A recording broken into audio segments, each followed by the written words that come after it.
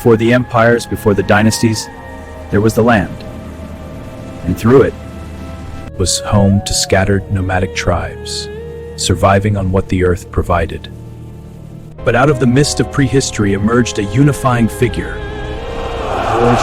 Under his guidance, the ancient Chinese made a revolutionary leap.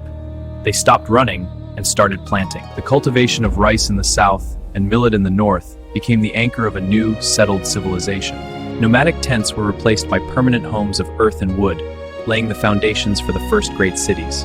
Mastering their environment, they crafted sophisticated tools, turning raw stone into instruments of survival and progress. To survive, they had to understand the heavens. Village elders tracked the stars, creating the first agricultural calendars. With abundant food and knowledge came order. A complex society was born, led by chieftains and guided by shamans. The foundation was set. The scattered tribes of the river valleys were ready to become the first great dynasties of China. By 1600 BC, the scattered settlements united into the first historically recorded power, the Shang Dynasty. To guide their empire, Shang kings sought the wisdom of their ancestors through intense, fiery rituals. As the heat cracked the bones, priests interpreted the fractures. These carvings became the birthplace of the Chinese written language. The Shang were not just mystics, they were master metallurgists, ushering China into a brilliant Bronze Age. But peace was an illusion. The Shang maintained their brutal grip through the terrifying speed of horse-drawn chariots. Tyranny, however, always breeds rebellion. The Shang were overthrown by a new righteous power, the Zhou dynasty. To justify their rule, the Zhou introduced a revolutionary concept that would define China forever, the mandate of heaven. He was given the divine right to rule, but only as long as he was just, wise, and protected his people. Yet, as centuries, Zhou's control weakened, and their feudal lords began to hunger for absolute power. The era of unity vanished. China fractured into hundreds of small in blood and fire. Yet, in this rose, on harmony in a world of chaos. Confucius taught that order begins with the self. He preached respect, ritual, and the duty of the ruler to his people, while others sought all the euros and the vow of Yin. But philosophy could not stop the march of armies. 7 powerful states emerged. Wars were now won by massed infantry, iron weapons, and ruthless efficiency. Strategy became the ultimate weapon. Deception, speed, and intelligence now decided the fate of kings. The stage was set. King Kong bled, true enough. From the west, the state of Qin rose like a dark storm. Their military assumed power. In a decade of relentless bloodshed, the king of Qin crushed the 6 rival states, ending centuries of division forever. In 225 BC Huang, the first in China, he diverse Qin Shi Huang. He abolished the old ways, standardizing the script, the currency, and even the width of cart axles to bind his empire together. But unity came at a price. Dissent was met with fire, as the emperor ordered the burning of books and the execution of scholars. To defend his borders, he mobilized millions. A human tide sent to the freezing mountains of the north. Stone by stone, they raised the first Great Wall, a monumental shield against the nomadic tribes of the steppe.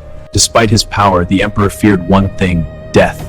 He became obsessed with the search for the elixir of life. Knowing his time was short, he commissioned a tomb that rivaled the world above, a secret underground palace for his afterlife. And to guard him forever, he created an army of stone, 8,000 unique soldiers standing in eternal silence. The fall of the Han Dynasty plunged China into its most legendary era of chaos, the Age of the Three Kingdoms. Warlords and brilliant strategists clashed in epic struggles for the throne, most notably at the fiery Battle of Red Cliffs. Legends were born, like Zhuge Liang, whose intellect and strategy became the stuff of folklore for centuries to come. After centuries of division, the short-lived Sui dynasty rebuilt the nation's unity, carving the massive Grand Canal to link the north and south. This unity paved the way for the Tang Dynasty, the most glorious, open, and powerful empire in Chinese history. The capital Chang'an became the beating heart of the world, a cosmopolitan metropolis where East met West. Celebrated life, wine, and the moon, creating verses that still echo today.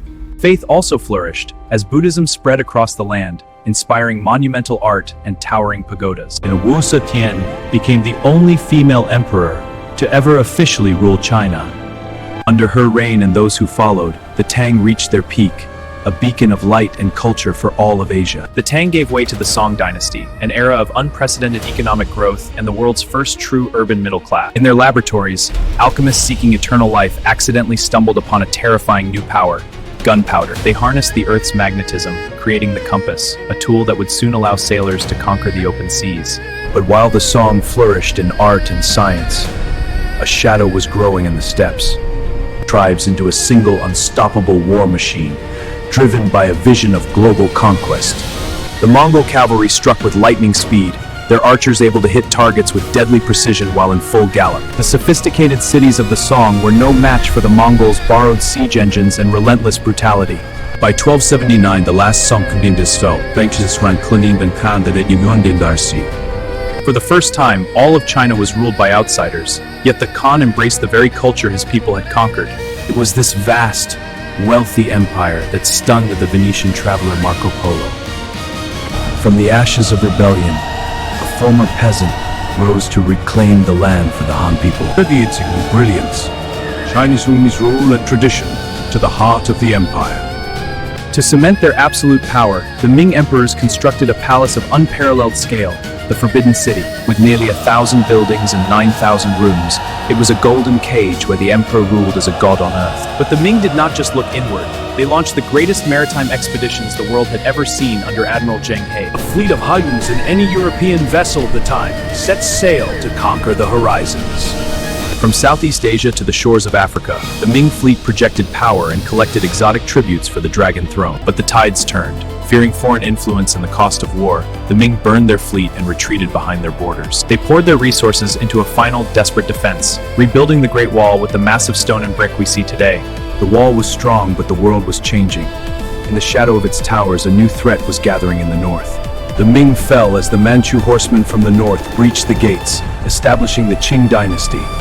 Under great emperors like Qianlong, the empire reached its greatest sense of the universe. The Doywell and the Qing court chose isolation, turning its back on a changing world. The silence was broken in 1839. British steam-powered warships arrived. The Opium Wars began, not for land, but for the right to trade a deadly drug that was poisoning the Chinese people. Defeated and humiliated, the Qing were forced to sign unequal treaties, surrendering the island of Hong Kong to the British Crown. The dragon was wounded. Foreign powers, from Japan to the West. Humiliation sparked internal fire. The Taiping Rebellion erupted was so vast it claimed tens of millions of lives. And each of the boxers rose up, only to be crushed by a modern alliance of 8 nations. In 1912, the 2,000-year-old imperial cycle finally ended. Hui, the last emperor, was a mere child when he left the throne forever. China fell into a decade of chaos, torn apart by warlords and internal strife. Then came the ultimate test. A brutal invasion from the east plunged the nation into the darkness of World War II. Out of the ruins, a new vision emerged, marking a definitive turn in history.